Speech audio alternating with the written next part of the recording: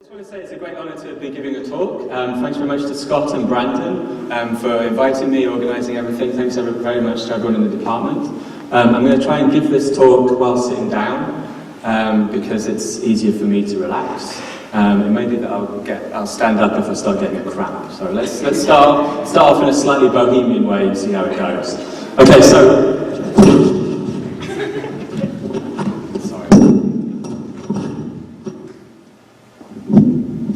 So maybe I'll turn down, is it possible to turn down the volume of the microphone? You can see I'm not used to these things. Okay, well let's see how this goes. So the title of the talk is on the portability of procedural justice theory across national... Oh, I turned it down, didn't I? Across national... Right, yeah. Across national...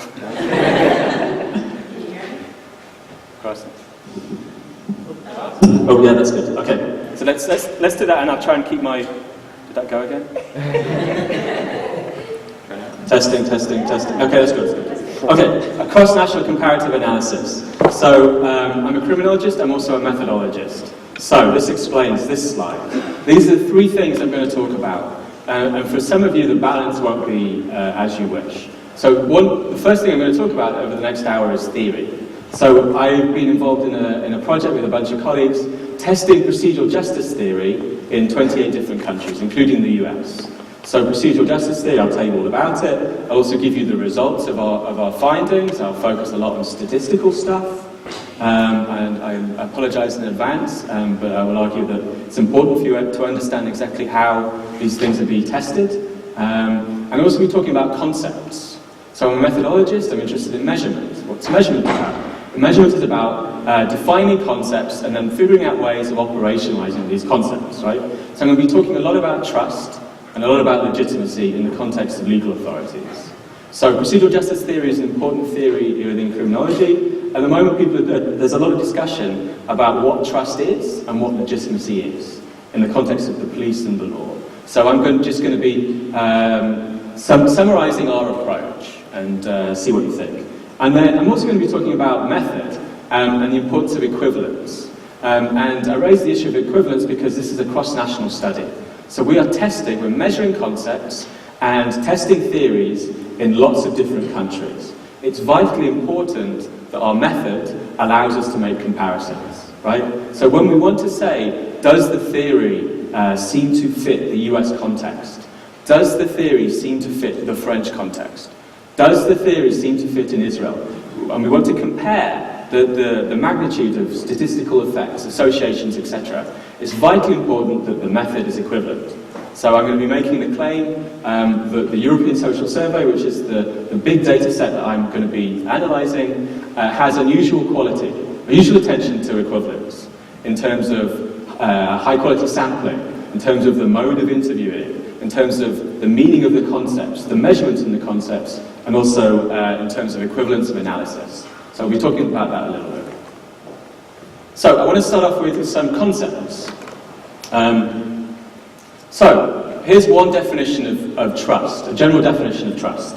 Trust is a subjective judgment that a trustor makes about the likelihood of the trustee following through with an expected and valued action under conditions of uncertainty, right? It's a very complex sentence, each of those words are precise and important. So applied to the police, you have a trustor, a citizen, average member of a particular country, a trustee, a police officer, and the citizen is making a judgment about whether in the future the police officer will perform some valued action, right? And these are under conditions of uncertainty. So this is in some sense, trust in the police is a set of positive expectations. If I were to come into contact with an officer, would they do the things I expect them to do? It's not guaranteed that they'll treat you with respect and dignity. It's not guaranteed that they'll turn up in an emergency if you called them, right? In some sense, to make these expectations is to form a set of positive judgments about the likelihood that they will do this, right? How might we measure trust in the police? If a violent crime were to occur in your neighbourhood and you called the police for help and protection, what is it what is the likelihood that officers would turn up promptly, right? And if people think the likelihood is high, in some sense they're investing trust in police officers doing their reciprocal job, right? This is what they're supposed to do, but they won't necessarily do it. The speed with which they turn up isn't guaranteed. Another measure of whether you think whether you invest trust in the police. If a police officer were to stop you in the street in your neighbourhood, how polite and respectful do you think he or she will be? Now, there's some debate about whether this really does capture a trusting relationship. I don't want to go into too much detail about sociological and social psychological work about trust. Some people say that trust only occurs in strong relationships where people come to have knowledge and expectations about each other. What I do want to point out is in criminological work, trust in the police is typically measured in a slightly different way. It's not so much if you were to be stopped in the street by a police officer, would they treat you with respect and dignity, but rather based on what you've heard, heard or your own experience, how often would you say that police generally treat people with respect? Or based on what you've heard and your own experience, how successful do you think the police are preventing crimes where violence is used or threatened? So this is how criminologists typically approach trust, confidence in the police. It's positive expectations about the general behaviour of the police, right? So I just want to get you warmed up with these concepts, right? It's about expectations about individual officers' actions. Legitimacy, I think, is perhaps a more interesting, a more fundamental idea. What is legitimacy? Legitimacy is typically defined as the right to power, the right to exercise authority. So legitimacy, if you're thinking about it as a judgment, citizens live within a particular community with particular institutions. The police, as an institution, has power in this particular society. If an individual, if a citizen believes that the police as an institution has power, then this means two things. I'm going to be talking about these two things quite a lot. One, the institution is appropriate. The institution is moral, just, and proper. And the reason why they deserve to have power is because they are appropriate. They're moral, they're just. So this is called normative justifiability of power. People, individuals within a given society, are judging whether the institution has the moral right to have power and influence. So it's an important part of legitimacy. The second part is your feelings of deference and duty that come from this sense of appropriateness, right? So if you believe the institution of the police is moral, just, and proper, then you would willingly defer to the police if they tell you what to do, right? If they command you to do something, even if you disagreed, you would comply. So legitimacy is about appropriateness and about deference. Now, in the criminological literature, and this is another starting point to the work I'm going to be talking about, typically what happens is that the appropriateness of the police and your duty to obey the police, these two possibly separate judgments, are collapsed into one index of legitimacy. And then whether people think legal authorities are legitimate is then used to explain variation in compliance with the law. One thing I'm going to be talking about is whether actually these two different ideas, appropriateness, right, the police represents a sense of justice, and your willingness to defer to them, right, to suspension of judgment, whether these two things are connected but have different motivating properties. So that's a key aspect of this talk. How might we measure a duty to obey? Again, I apologize at the start by saying you invited a methodologist, so it's really important, when I talk about the concepts, it's really important to show how they've been measured so that you can assess yourself what's going on in these studies, right? So how do you measure duty to obey? You need to focus on people's willingness to comply, even if it goes against their best interests, right? It's a surrender of judgment, right? It's willing self-constraint. You are allowing an authority to tell you what to do, right? And you are deferring to the authority out of a sense of obligation. Importantly, in these measures, they say, if the police tell you what to do, would you do it? We infer not to the authority of the individual officers, but we infer up to the authority of the institution. It's the institution that gives the officer the right to tell you what to do, right? What about appropriateness? Just give you a little sense of how these concepts are measured. One way to approach to measure appropriateness is to ask questions about what's been called in the literature institutional trust. So this essentially asks people, do you think police officers in your community wield their power in fair and lawful ways, in appropriate ways? So it's about how officers use the power of their institution, and whether officers use the power of their institution appropriately, right? So if people say, yes, people's basic rights are well protected by the police always act according to the law, then we as social scientists then infer up to the idea that these individuals think the institution itself is appropriate. They're judging the basis of the institution's appropriateness on the basis of the officer's appropriateness. The way I'm going to be talking about appropriateness, is through the idea of normative alignment. So you ask people, do the police share the same sense of right and wrong as you do?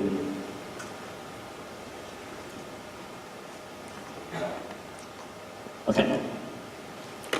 So I just wanted to get the concepts out of the way, introduce the concepts, give you a sense of how these concepts are measured.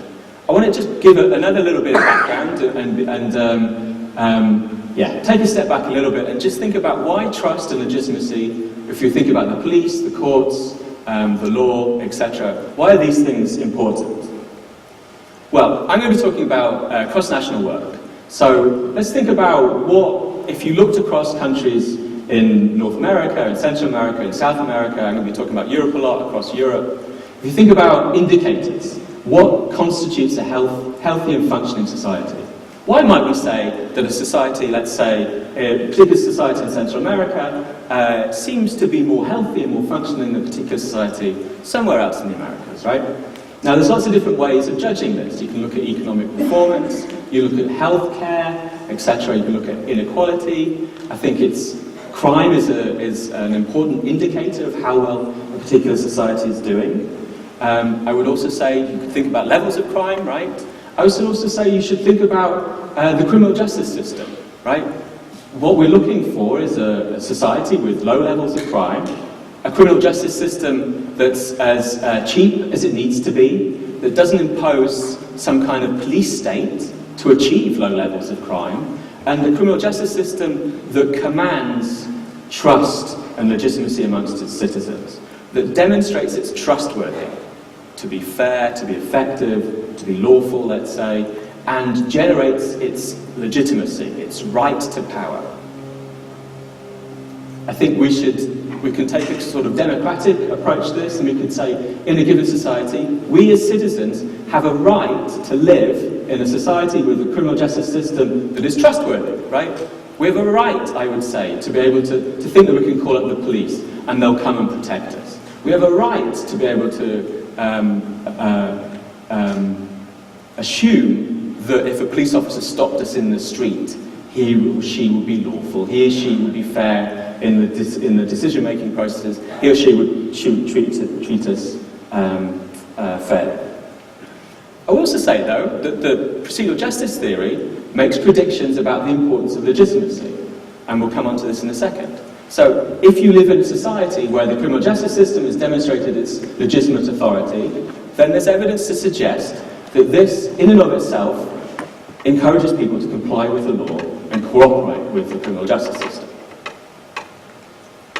So, these are the sorts of league tables that you might look at if you're trying to compare the healthy, functioning nature of a given society. These are data from the European Social Survey. You don't need to focus too much on there. If there's a particular country you're interested in, hone in on that. These are answers to the question, based on what you've heard or your own experience, how often would you say the police generally treat people in your country with respect? And it's the proportion of people who say always or often. So we could look at the countries which are not doing very well, Ukraine and Russian Federation. Sorry if anyone's from these two countries. They don't seem to be commanding the trust of their citizens. People don't seem to think that the police are particularly fair. You have the countries that normally do very well in these sort of league tables: Norway, Denmark, Sweden, Finland, the civilized Scandinavian countries. But my point is that, this could be a small, but nevertheless important indicator of how well a criminal justice system is doing, right? Which is part of a broader set of social indicators about how well a society is doing, right? Here's a measure of legitimacy, I would argue. The police generally have the same sense of right and wrong as I do. We'll talk about whether that is a measure of appropriateness. Who's doing badly? Estonia, Poland, the Russian Federation. I would argue that we want to live in a society where you associate the police with a sense of justice and morality. It's their job, right?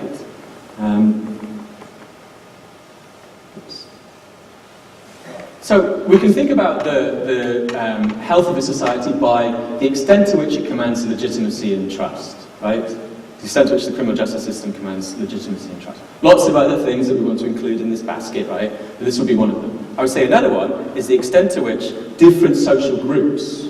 So what we would typically want is we want minimal differences between social groups. We don't want big minority-majority schisms, right? We don't want the police to be seen as untrustworthy and illegitimate amongst certain communities, but not trustworthy and legitimate in other communities, right? So there's a sense of equality that we should include in all this. Okay, that was an enormously long introduction. I wanted to just give you a sense of the notion of trust and legitimacy and the importance. Let's talk about procedural justice theory, right? What procedural justice theory does is it uses these notions of trust and legitimacy. It adds in, at the start of the process, people's interactions with legal authorities, right? Encounters, stop and frisk, when you report a crime to the police. It adds in how people experience officials and the things that people focus on, right? So it's a theoretical framework that says that people get information, vital information, from how they're treated by legal authorities. This generates a sense of trust and legitimacy. It also adds in a social psychological account of the importance of fairness, right? It makes specific predictions that people are attuned to how police officers treat individuals because it conveys messages of status, value, and inclusion. So we'll talk about that. And finally, it makes predictions about how legitimacy shapes compliance with the law and cooperation. So what procedural justice theory does is it adds in actions and encounters on the one hand between individual members of the public and legal authorities and the actions and behaviours of those individuals right at the end. So what I'm going to be doing is looking at whether procedural justice theory is portable across contexts. Let me give you a final little piece of background, because I want to give you some sense of the specifics of procedural justice before I then go on to show you some findings. So I'm going to just quickly summarize procedural justice theory through the lens of some work that I did in Edinburgh, in Scotland, sorry. It was more my colleagues, actually. So they were involved in what's called a randomized controlled trial, which was a replication of something that was done in Queensland, right? So the basic idea is this is road traffic policing. The basic idea is that you randomize roadblocks, you randomize stops, right? The treatment group the police officers get training. In fact, they're given a script, right? And they are told to treat the person that they're stopped. If it's about breathalyzing, if it's about road safety checks, it doesn't matter. They're told to follow this script where they accord to principles of procedural justice. Fairness, neutrality, that they are told to tell the citizen why they've been stopped, to listen to their concerns, to give them information, etc. Right? And the treatment group is business as usual. Just do whatever it is you normally do, right? And because there's a randomized treatment, what you do is you give a survey to the people who are stopped. They're asked questions about their experience, asked questions about whether they generally trust the police, questions about whether they think the police are legitimate authorities, whether they're likely to comply with traffic rules in the future. And then because of the randomization, any group difference between treatment and control, we would assume is down to the use of procedurally just tactics. I'm not going to give you the findings, I just want to frame it there, right? So think about that. So it's traffic stops. So this is one important part of procedural justice theory. So when an individual officer stops someone in a car and treats them with fairness and dignity, tells them why they've been stopped, makes it clear they haven't been stopped for they've been stopped for random reasons, or maybe there's some justifiable reasons, whatever, they listen to, and the individual wants to say something back. This does two things. One, according to procedural justice theory, it makes people feel, it conveys a message of status, value, and inclusion, right? Because the police officer, the legal authorities, are important representatives of a group, right? Now, in this particular study, what was the group here? Well, it was in Scotland, so we asked people whether they felt it was important for them to feel like a law-abiding citizen, Scottish citizen, right? So the idea is that if you are stopped in the car and the officer is rude, the officer seems to have, maybe stopped you because of the colour of your skin or some other reason, something that doesn't communicate neutral decision-making, what this does is it conveys a message of low status, lack of value within the group, which has a knock-on effect of your identification with the group, with society. Because the police officers, legal authorities, they represent the state, right? Now, both procedural justice and this sense of links to the group, links to the nation, then, according to procedural justice theory, shapes the legitimacy of the authorities, right? You're motivated to legitimize and obey authorities of groups that you feel you belong to. And also, procedural justice is a vitally important way in which authorities show you that they wield their power in fair and just ways. So that's one aspect of procedural justice theory. Complicate things a little bit more, because that's what we do maybe unnecessarily in social science research and academia. There's another layer here which I want to talk about. So what procedural justice theory does is it predicts that your experience with an individual officer will shape your generalized perceptions of the police, and we can call that trust in the police, etc. Right? So your experiences in a particular encounter will give you information about, in general, what the police are like, in general, whether they're fair or not, in general, whether they're effective. And importantly, procedural justice theory predicts that it's the effectiveness of the police that is much less important than the fairness of the police. People are less attuned to outcomes.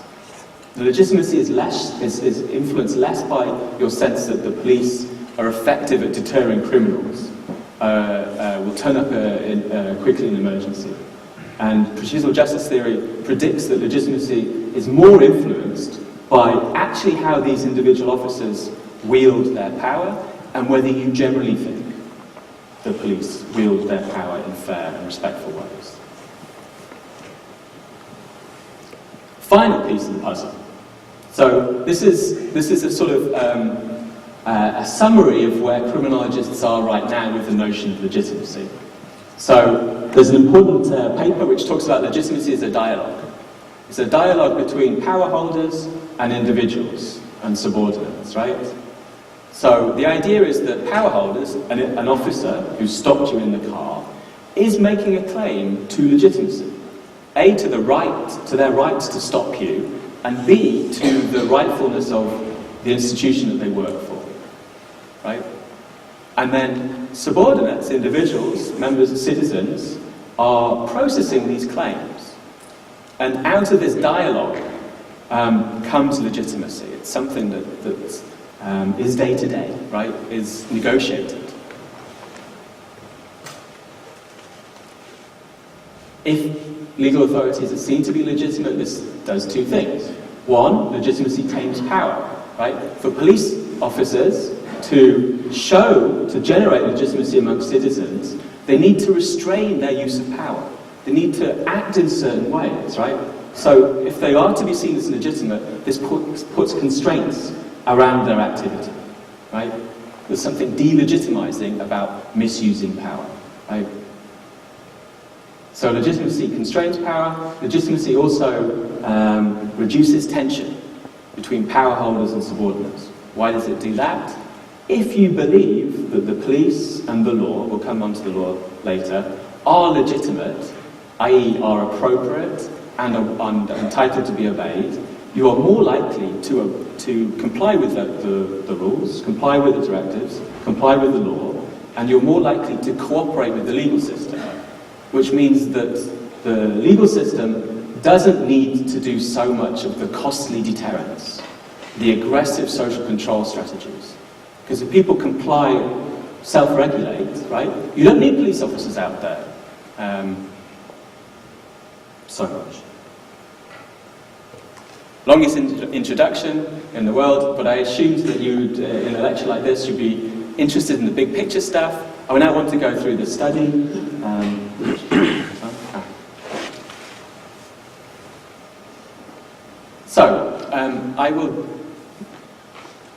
I'll try and judge the feeling of the room. So I've got quite a lot of slides with quite intricate findings, and I'll try to count the number of people whose eyes are starting to go, the head's bobbing around a bit. I'll try to be sensitive to how much detail I'm going in, because you'll get the point quite quickly. Okay, so what did we do? European Social Survey. European Social Survey works as follows. It goes on every 2 years. It has space which academic teams can bid for. So every 2 years you make a proposal, you write 10, 20 pages, and you basically say to the people who run this survey, I want you to ask 45 questions about something. Right? We wrote a proposal saying, I want us to write 45 questions and you to field 45 questions in 27 countries about people's encounters with the police, whether they trust the police and the courts, whether they think police and courts are legitimate, etc. So we were lucky enough to get the space. They then went away. 2 years later, the data arrived. And we've also fielded the same module in national probability samples in the US, South Africa, Japan, and Albania. I'm going to be adding in the US because we're in the US. Why bother? This may be another too much inside baseball, whatever the phrase is. But for me, who's heavily within the literature, what's going on at the moment in procedural justice and legitimacy is an increasing international coverage, right? So we see work in Ghana, in South Africa, in Pakistan, and Israel. But there's a frustrating lack of comparability. People are using different measures, different concepts. Sometimes it's a city survey, sometimes it's a national survey. So for me, I'm interested in making sure that if you test a theory in multiple countries, right, the idea is you do it in a single go, right? You use the same concepts, use the same methods, right, the same measures. These are all face-to-face interviews. The sampling is all national probability. Because we measured the same concepts, we can do exactly the same analysis. So you find work in Pakistan and Trinidad which do different approaches to different statistical models, right? It becomes very difficult to compare. So, I don't know if you can see that. This is the model that we tested, right? This is observational data. So, in each of these different countries, you have a survey. Somewhere between 1,500 and 2,500 people answered. On the left-hand side, you've got police-initiated contact. So, we asked people, have the police stopped you in the street or somewhere? And then we asked about their satisfaction with how they were treated. You know, how procedurally fair was it, right? So not everybody has contact, but you have some people within this particular sample has contact, right? And then you've got the directed arrows. So this means that you then regress trust in the effectiveness of the police, trust in the procedural justice of the police onto contact, right? Essentially, you just look at associations. There's trust, then there's legitimacy, and then there's offending behaviour.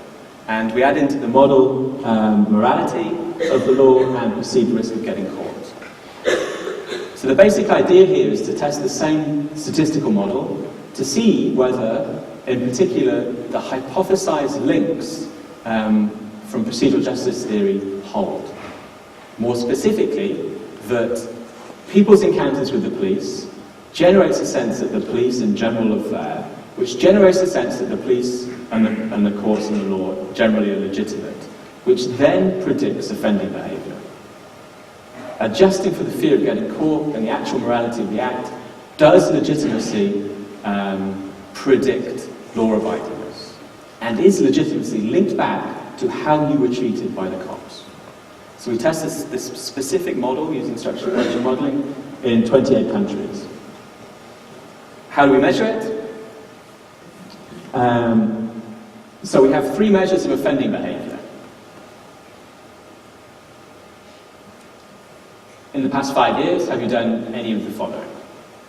So one of them was cheated, made an exaggerated or false insurance claim. One of them was bought something you thought might be stolen. One of them was committed a traffic offence like speeding or crossing a red light.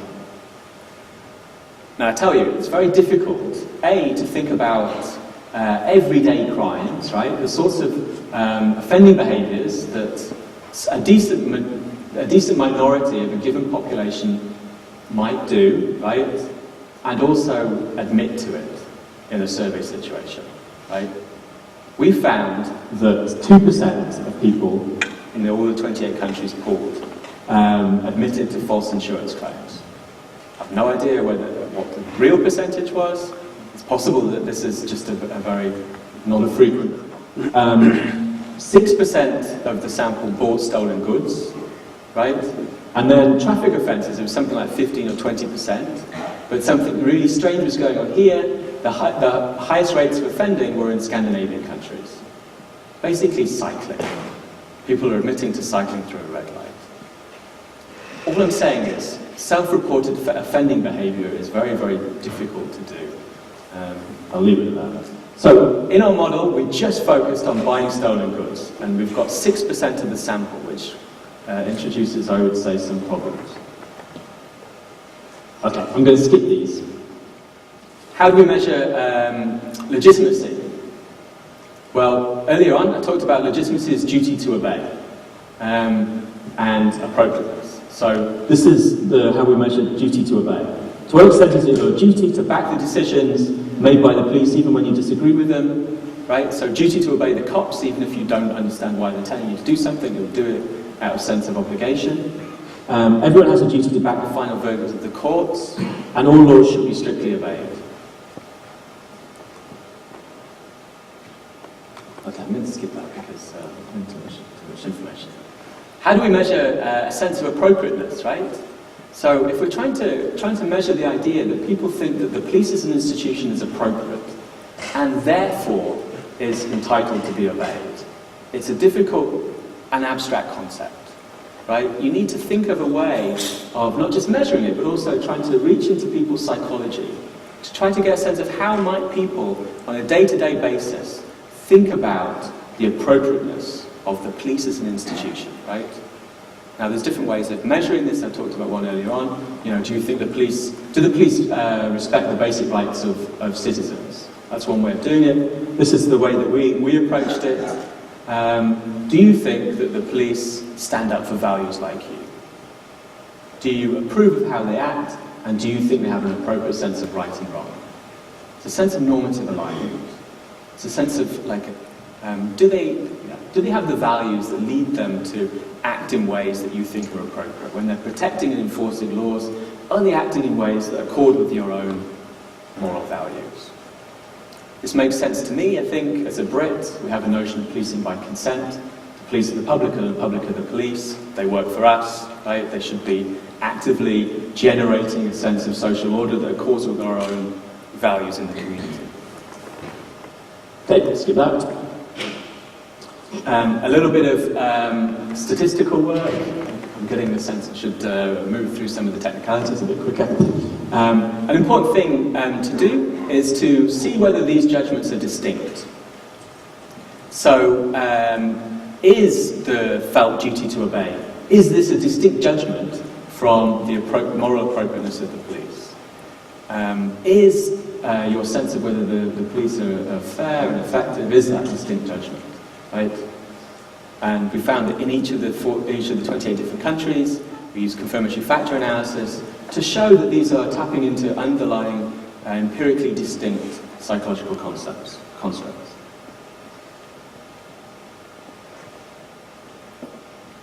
Okay. Now, I mentioned an important aspect of legitimacy. If legitimacy is if we are to isolate its effect on offending behaviour, you need to adjust for the fear of getting caught and the specific content of the judgment, of the action, right? So let me just explain what that means. So we asked in this survey, how wrong is it to buy something you thought might be stolen, right? So we're using whether you think it's wrong to buy something that might be stolen to predict whether you have bought something that might be stolen, right? It's important to adjust for the morality of the specific act. And we also asked, how likely is it you would be caught and punished if you bought something that might be stolen, right? So in the analysis, we're adjusting for these things. And if you find that legitimacy is predictive, then this, I think, taps into the underlying concept of duty, underlying concept of obligation, right? Accepting the power relations in a given society. So, these are the sorts of, this is one way of visualizing the results of these sorts of findings. So what we did was we tested, we fitted this model in each of 28 different countries, right? And this slide is showing the results of predicting offending behavior, right? So these are partial regression coefficients for felt obligation to obey and normative alignment with the police. Two aspects of legitimacy. Controlling for the risk of getting caught and controlling for the morality of buying stolen goods, right? The dotted arrow that goes from 0 indicates no association, right? Denmark at the top, you see on the left-hand side, you see the oblong in the middle, that's the point estimate for the partial regression coefficient, and the line is the confidence interval around it. This, for Denmark, it's left of the dotted line, which means that the more people felt a duty to obey legal authorities, the less likely they were to buy stolen goods. Right? So you're looking for negative effects here for evidence for procedural justice theory. Now, looking across these findings, it seems that in some countries, one aspect of legitimacy is an important predictor, while in other countries, another aspect of legitimacy is an important predictor. And if you combine these two figures, you can see that in 21 of the 28 countries, one aspect of legitimacy was a predictor. So this is an example of one of the countries where one aspect of legitimacy was a predictor. These are fitted probabilities, right? So you've got the base probability of buying stolen goods, and the pool data was 0.06, right? These are the fitted probabilities according to different levels of the predictors. And so you can see here, or trust me, that the morality of the act is the single most important predictor, right? If you think that it's very wrong to buy stolen goods, the probability that you bought stolen goods in the last 5 years is less than 0.01. Very low. if you think it's not at all wrong to buy stolen goods, the probability of buying stolen goods is somewhere between 0.09 and 0.1. But you can also see that the likelihood of getting caught and normative alignment, the appropriateness of the police as an important law enforcement institution, is predictive. So the countries where legitimacy wasn't important are Finland, Norway, Slovenia, Cyprus, Bulgaria, and Slovakia. Some of those, I would say, might accord with some of my prior expectations. Some of the smaller Eastern European countries, I can't for the life of me tell you why Finland and Norway fit into these, into this group of countries. This is all hot off the press. Maybe if anyone's got any, we can have a discussion after the lecture about why procedural justice theory, when it comes to compliance, doesn't seem to work so well in this ragbag collection of countries. I'd be very happy to hear your thoughts. What I want to do now is move from compliance with the law to cooperation.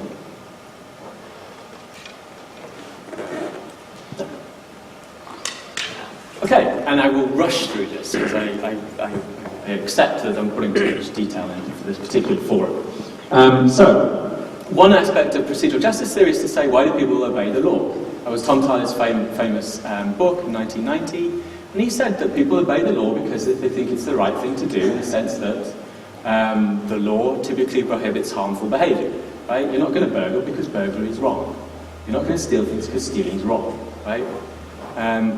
Typically, in criminal justice arenas, certainly around that time, the dominant approach to how institutions, how policies can reduce people's offending behaviour focused on deterrence, right? So people don't commit crimes because they think it's wrong, but also they think they'll get caught. So Tom's book was saying, well, actually maybe there's another normative basis for why people don't commit crimes, and maybe legal authorities can activate this normative basis. Legal authorities, if they're fair and respectful, right, they can instill a sense of legitimacy amongst citizens. This sense of legitimacy activates duties and obligations, right, within a given political community. So people will obey the law because they think it's the right thing to do. There's a specific moral value to obeying the law, right? So that was the initial work. Now, since then, people have started to look at whether legitimacy is an important role, has an important role to play in cooperation. Why do people report crimes? Why do people give evidence in court?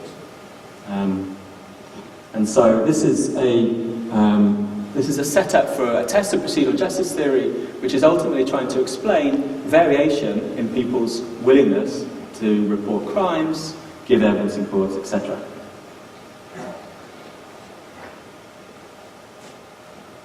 Now,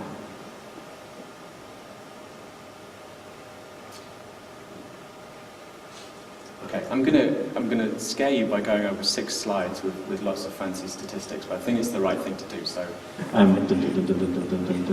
I'll just give you a summary, right? And then that gives us some time. I want to say 2 more things, and then it gives us some time for questions. So, what we were doing when we were testing this model is trying to say, well, people have encounters with the police, right? They make judgments about the fairness of the police, right? Do they treat people with respect and dignity? Do they make neutral decisions? They make judgments about the effectiveness of the police, right? Will they turn up quickly in an emergency? Are they good at catching criminals?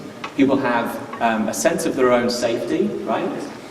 People have a sense of the legitimacy of the police as an institution. And we're trying to understand why it is, what factors end up explaining cooperation. And one can think about an instrumental set of motivations, right? People will report crimes to the police because they're scared, right? To report crimes, to give evidence in court, etc., is to do something regarding risk, right? So if you're fearful of your own safety, you might be more likely to report crimes because you look to the police to generate protection, generate order, right? So that would be one potentially instrumental motivation. Another instrumental motivation is whether you actually think that the police are good at protecting, right? Whether you actually think they're good at deterring criminals, whether they're good at catching criminals. One might say that there's no point calling the police because they don't do anything, right? They're not going to catch this individual. I don't trust them to have the intentions and capabilities. So in the procedural justice literature, these are the instrumental motivations. Now the motivations to cooperate that are normative centre around fairness and centre around legitimacy, duties and obligations. And we found in this particular test, I would say stronger evidence for procedural justice theory than for compliance. So when you looked at the strength of the predictors of cooperation, normative alignment with the police, whether you think the police are appropriate, whether they share your sense of right and wrong, was a powerful predictor of cooperation. Whether you think the police are effective, whether you're worried about your own safety, much less important. And we also, in this model, we could see what the important role that encounters with the police played in predicting trust in police fairness, in predicting legitimacy. And so we could identify strong pathways, right, which indicate that in most of these countries, I think 3 or 4 were the exceptions, that the encounters that these individuals had were important predictors. So if you previously had the police had stopped you and treated you fairly, you were much more likely to cooperate in the future by reporting crimes, by giving evidence, by identifying the culprits, let's say, etc.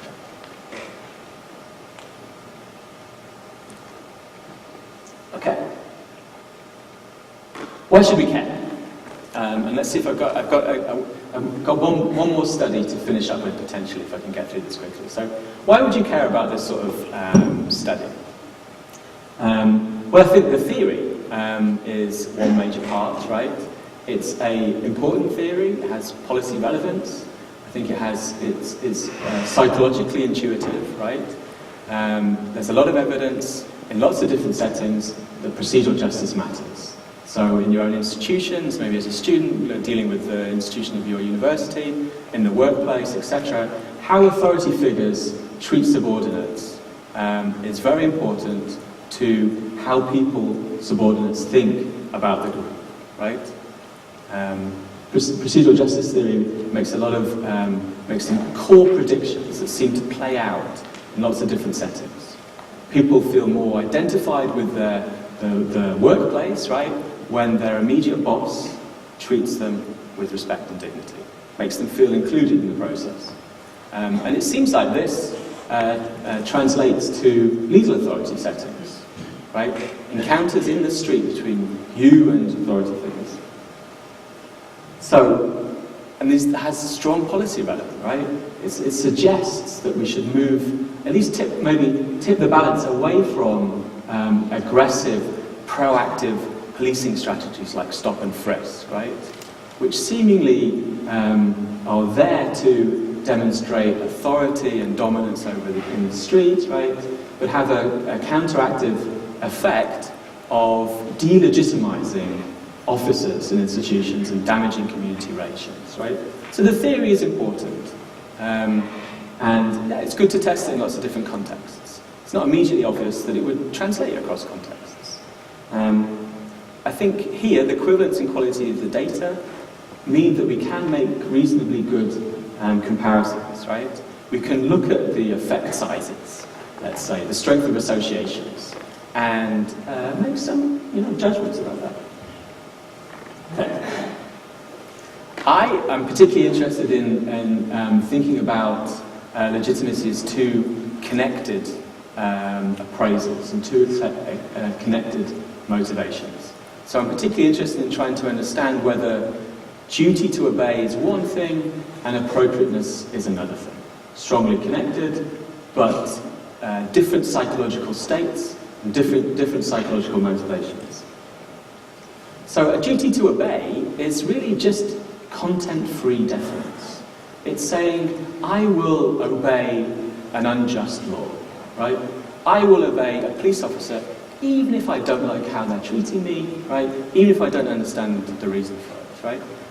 Now, this is an important aspect of legitimacy. This is what legitimacy in some sense is. It's deference, right? It's accepting power relations. It's constraining your behavior as a result of duties and obligations. But in my mind, it's constraining it in a content-free way, right? You will obey any law, however unjust it is, right, in principle. And I think the notion of appropriateness is important because it connects to your sense that the legal authority itself represents justice and morality, right? We can extend this out to the appropriateness of the law, and I've been doing some work with colleagues about that. So appropriateness of the law is the idea that you think that most of the laws enforced by the police and the courts in your community accord with your own sense of right and wrong. And therefore, it's important that everyone in that community follows these laws because it generates a sense of social order and social control that aligns with people's moral values, right? So it's not just I'm letting people tell me what to do, right? I will follow any law, even if I disagree with it. It's a sense of alignment with the morality that the legal authorities are imposing on us.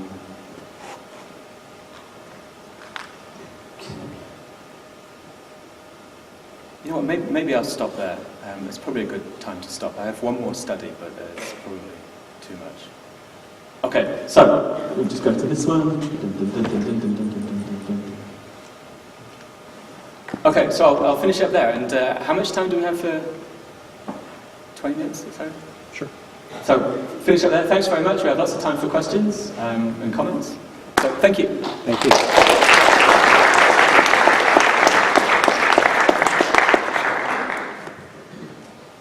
Yeah. I have a question about kind of in your early slides where you were sort of looking at different countries in relation to these. How do you disentangle that potentially in certain countries where there isn't such a distinctive line between the police and the government? So, you know, are you potentially capturing in some countries mistrust of the government or legitimacy of the government when the police are sort of viewed in that way in some countries? So the idea is that citizens of a particular country, they don't make a distinction between the officers and the other actors in the government. I'm just wondering with some of the countries at the very bottom of your first slides, the Eastern Bloc, I just don't know to what extent sort of that history you know, could be influencing mistrust. Legitimacy of police and how you, you know, do you find that there's mistrust of the government in those countries as well? Yes. So that would be an important reason. So the social, political, legal context and history of these countries will be vital. From a measurement point of view, what you want is you want to be comparing. You want respondents in the Ukraine to really be focusing on the police, right? You don't want them to be focusing on corrupt officials in other parts of government, right? So that I would be particularly concerned if that was the case. When we did the development of the survey, there was in each country there was a national coordinator, so someone who was in charge of this survey in that country. And the discussions that we had focused on that. So I'll give you an example. It's not quite the same, but it's similar. So people were saying, well, in Italy or France or wherever, I can't figure out which one, there's 19 different police forces. So, you know, we need to specify which of those 19. So we had long discussions about that. Our compromise solution in that instance was to say, and maybe this helps with the Ukraine situation. So in the lead-up, we said, think about the sort of police who would turn up if your house was burgled or a violent act were to occur, right? And then we focus the mind of that individual. I don't particularly care whether in Rome people are now thinking about this particular police force while in Sicily another. I just want to know what's psychologically relevant to them. I don't remember there being any experts from some of the Eastern Bloc countries saying, well, actually, I don't think people will. I think people will answer these questions, but really be talking about the government more broadly. No one said that. That doesn't mean it's not true. What do you consider that the role of the police, like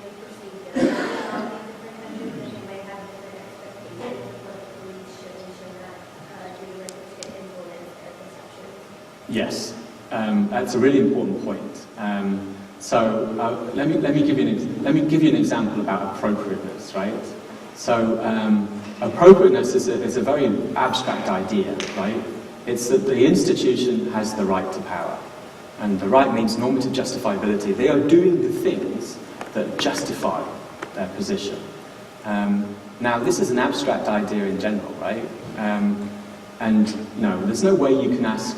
I would find it very difficult to think of survey questions that directly go to that, right? I would want to try to think of questions that are meaningful to respondents, to citizens, that somehow touch on the appropriateness, this abstract idea, but make sense in their lives. Now, to answer your question, it's quite possible that the appropriateness kind of is realized in different ways in different contexts, right? So, you know, for example, questions about whether the police respect basic rights of citizens. It may be that in different contexts, there's different assumptions, right? This might be a vitally important legitimizing or indicator of legitimacy in the US, right? And less so in Ukraine. I don't know, it's possible.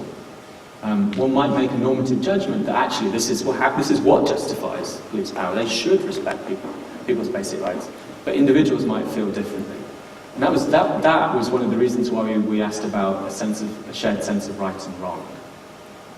Now, you might say that in some countries, people actually don't care whether the police seem to have a sense of right and wrong, right? It may be a very strange concept in some contexts. I don't know if, in the US, it seems to me to make sense, right? You want the police to represent justice in some loose sense, right? Act in appropriate ways. In the UK, maybe in some countries which simply see the police as a public service, not attached to the symbolism of justice and order, maybe it makes less sense. So a long-winded answer, but when we talked in these national experts, no one raised a problem about that, and it is an important problem. A couple of thoughts. Is this, when you're thinking about legitimacy and obeying the police, are these questions, or is it, I'm thinking of drug laws. Some people might have a different perception about obeying the police or laws around that. Let's say there's a terrorism event, a public safety issue. People might feel differently, for different kinds of laws about, this perception of legitimacy and things. Excuse me, police. So I'm just wondering how that